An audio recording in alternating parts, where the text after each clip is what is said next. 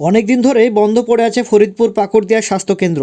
দিন যত গড়াচ্ছে ততই সামনে আসছে বিস্ফোরক অভিযোগ। দুটো মেডিকেল অফিসার বরাদ্দ থাকা সত্ত্বেও এখানে কোনো মেডিকেল অফিসার আসছে না এবং দীর্ঘদিন ধরে এখানে ফার্মাসিস্ট বা স্টাফ নার্স দিয়েই পুরো হসপিটালটাকে চালানো হচ্ছে। এতে রুগীর ঝুঁকি আরও বাড়ছে। 2020 সালের নবান্ন থেকে শুরু করে এসডিও, বিডিও এমনকি 9টি জায়গায় চিঠি পাঠানো হয়। 2026-এ এসে তবু মেলেনি কোনো স্পষ্ট জবাব। এলাকার শিক্ষিত যুবকরা হাসপাতালে গিয়ে জানতে পারেন যিনি রোগী দেখছেন তিনি কোনো মেডিকেল অফিসার নন, তিনি একজন ফার্মাসিস্ট। এই যে প্রাইমারি হেলথ সেন্টার, এটা কিন্তু একদম ফুলক্রমে আগে কিছু না হলেও কাজ হতো, এখন একদমই সেটা কাজ হয় না।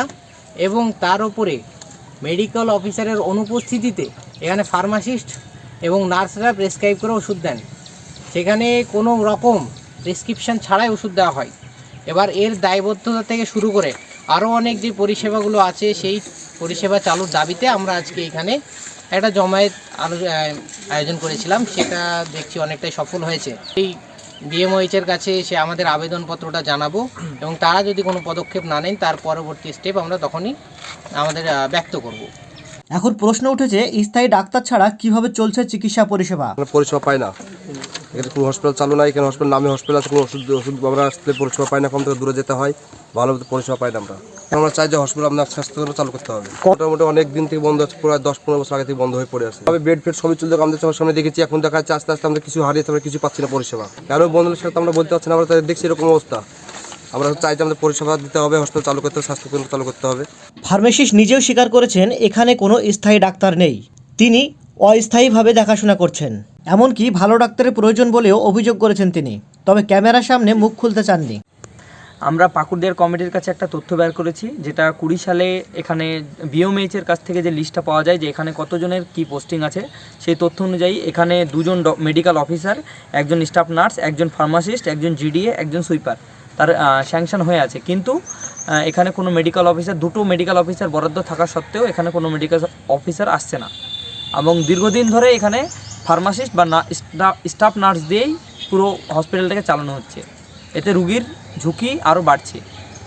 মেডিকেল অফিসারে মানে হচ্ছে যে অফিসারের অনুপস্থিতিতে এনারা বিনা প্রেসক্রিপশানে ওষুধ দেন, কিন্তু যখন এই বিষয়ে এনাদেরকে জানতে চাওয়া হয় ওনারা জানান যে এখানে মেডিকেল অফিসার না থাকার কারণে উনি এখানে কিন্তু পোস্টিং নেন, মানে নাই, উনি আছেন সাদি খান দেয়ার হসপিটালে, তো ওখান থেকে এনাকে ট্রান্সফার করে এখানে কিছুদিনের জন্য এনাকে রাখা হয়েছে এবং ইনি এই বিষয়ে তিনি কোনো মন্তব্যই করছেন না। এবং তিনি বলছেন যে মেডিকেল অফিসারগুলো এখানে মাঝে মধ্যে আসেন কিন্তু তারা নিজের থেকে ট্রান্সফারে চলে যান, কারণ এখানে যে লোকাল মানুষজন আছেন তারা এনাদেরকে পূর্ণ সহযোগিতা করেন না এবং এই সমস্যার সম্মুখীন হন অনেক। যে এখানে আপনারা এদিকে দেখতে পারেন যে এখানে যতগুলো আছে আপনারা বিল্ডিং আছে, এই বিল্ডিংগুলো পিছনে অনেক বখাটে ছেলেরা আসেন, এখানে বসে, কিন্তু গ্রামবাসীরা কোনো উদ্যোগ নেন না। তো এর ফলেই অনেক মেডিকেল অফিসার এখান থেকে চলে যায়। তো এতটুকুই।